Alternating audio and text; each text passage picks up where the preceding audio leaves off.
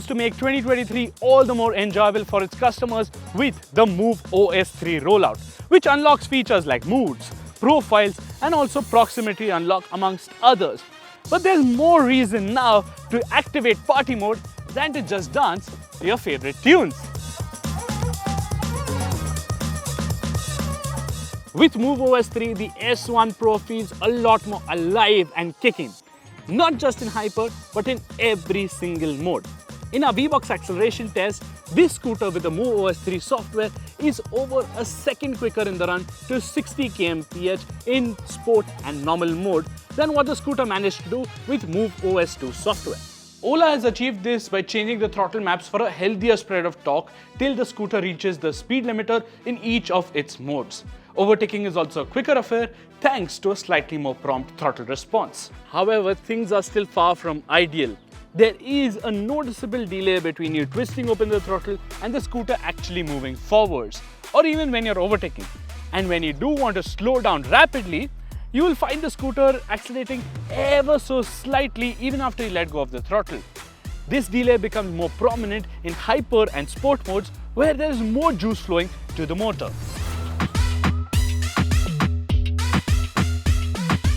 Thankfully, the scooter no longer kills the power entirely when you tap the brakes.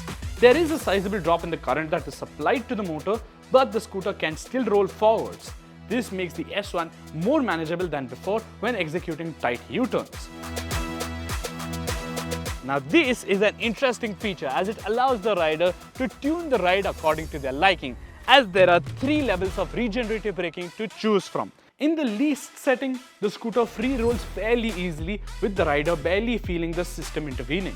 The default mode gradually slows down the scooter while the regen is quite noticeable in the highest setting. Just how much of a difference does this make? Now we did a V-Box test and allowed the scooter to naturally decelerate in normal mode from 45 to 30 kmph in each one of these levels. And here's how much time and distance each one of them took.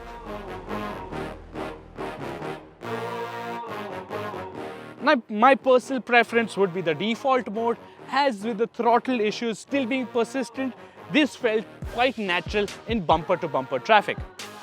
In the highest setting, you don't have to rely on the brakes as much as it allows the scooter to slow down quite rapidly. But it is still not as strong as what we've experienced on the TVS iQube S or the Bajaj Chetak. Thanks to these small improvements, the S1 Pro has reclaimed the top spot in our range test, but by only a small margin. It ran for 147.6 kilometers in normal mode in the default Regen setting. It could have gone for a bit more, but the issue was the eco mode. It is still unusable for commuting, as it takes a while for the scooter to set off and it only reaches a V-Box tested top speed of 37 kmph. So overtaking becomes quite tricky. Ultimately, it only turns out to be a limp home setting rather than an actual riding mode. Hopefully, the need for the situation should never arise for you, as Ola has finally begun setting up its ambitiously extensive hypercharger network of fast chargers. At the time of recording this video, we only found 2 hypercharger stations in Pune, with one of them appearing to be offline. 2 more are in the pipeline, and all of them are currently at BPCL fuel stations. So once you pull up to a hypercharger which is active and you plug your scooter in, it will display that hypercharging is on with its own special dedicated graphic. Hence, you will get around 50 kilometers of range in normal mode in 15 minutes. Tired of looking at the same dash? MoveOS 3 brings 2 more screen layouts that Ola calls moods. Eclipse is the stock one, Vintage and Bolt are the new additions. Each one gets its own dedicated dark mode that can be kept on always or when the sun sets, as well as a unique engineered motor sound that is bellowed from the speakers. Here's how each one sounds.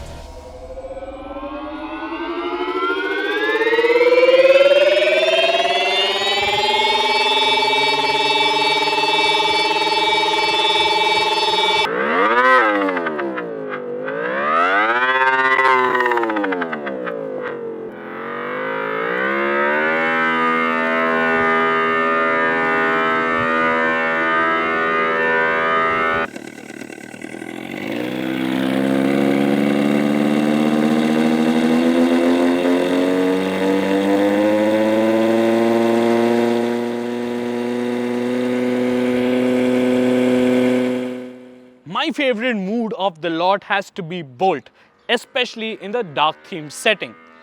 I'm not a big fan of those engineered sounds as they don't feel quite authentic. But what do you think about them? Do let me know in the comments and do let me know which one is your favorite. My bigger grouse with those sounds is that they are throttle position dependent and not exactly based on what speeds you're doing. For instance, even at standstill, it will sound like this.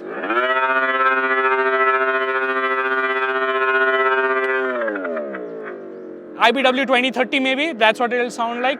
Or when you're just coasting along at some decent speed, it will produce this idling sound which sounds kind of droning. You know what? Much better. This is Ola and this is a Lola. Ooh, I love the name Lola.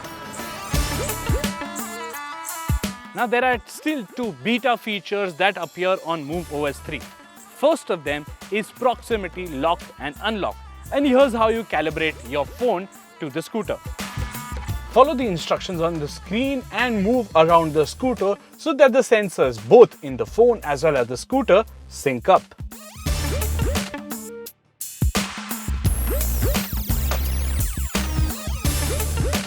So once the scooter is calibrated to your phone, you simply need to put it into your pocket and walk away.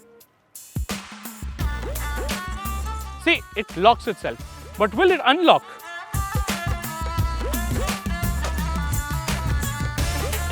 Hey, come on, unlock.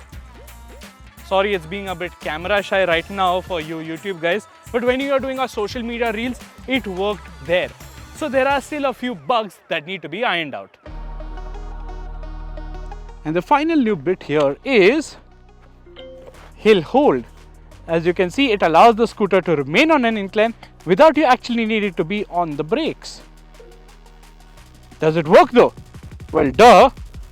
What you have to do is you have to come on an incline, keep the brakes pressed for 3 seconds until that prompt appears on your screen, like I did earlier.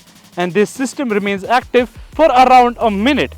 And in order to cut hill hold, you either need to tap either of the brakes or simply roll off.